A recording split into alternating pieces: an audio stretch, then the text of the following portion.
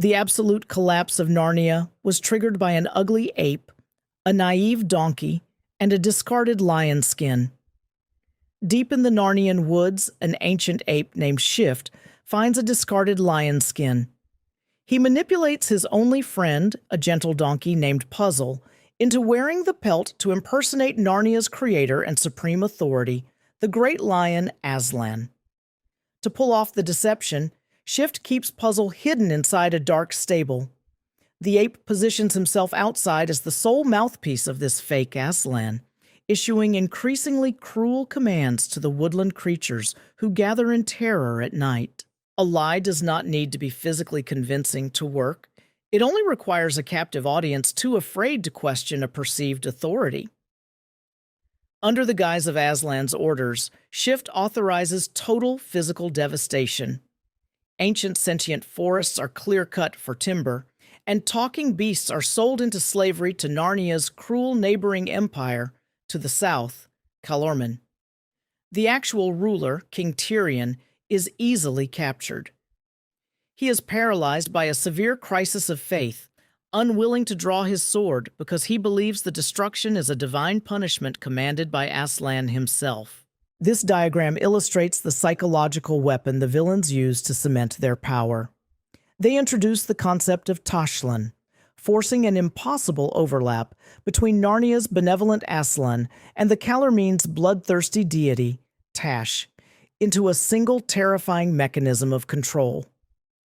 While the ape facilitated a physical invasion, his true objective was the systematic dismantling of Narnia's core ideological identity. Tied to an ash tree and left alone in the dark, a desperate King Tyrion cries out across dimensions, using an ancient magic to call for saviors from another world. Help arrives with a sudden violent jolt. Two 16-year-old humans, Eustace and Jill, are ripped into Narnia during a terrifying train derailment. The teenagers immediately launch a counteroffensive. Using the cover of night and disguising themselves in stolen Calormen armor, they infiltrate the enemy camp and rescue Tyrion's most loyal companion, Jewel the unicorn. Then, the teenagers secure the ultimate prize.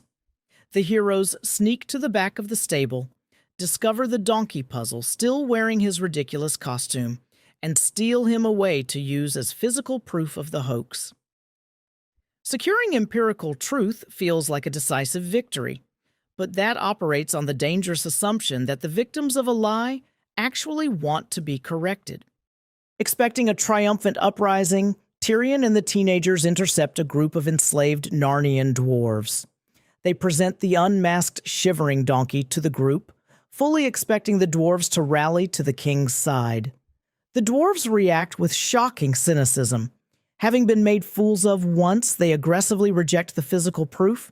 They reject their king, and they refuse to believe that the real Aslan ever existed.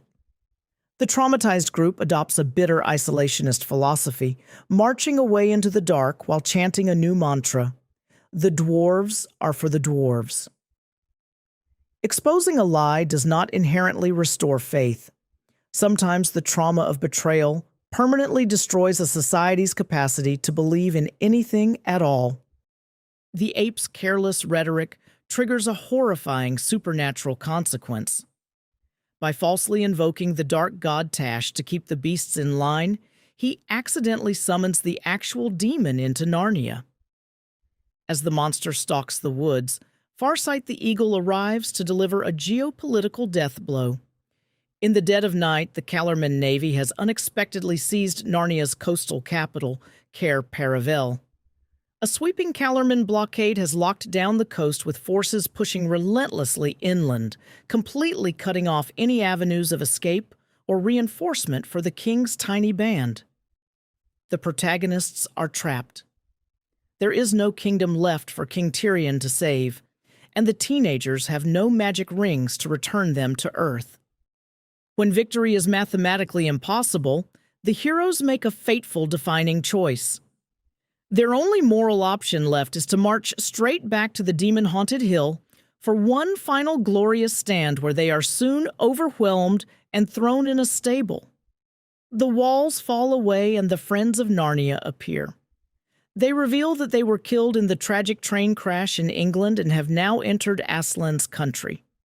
Aslan himself appears and ends the world of Narnia. He judges all of the creatures. Those who loved him are welcomed into this eternal, true Narnia, while those who turned against him are cast out.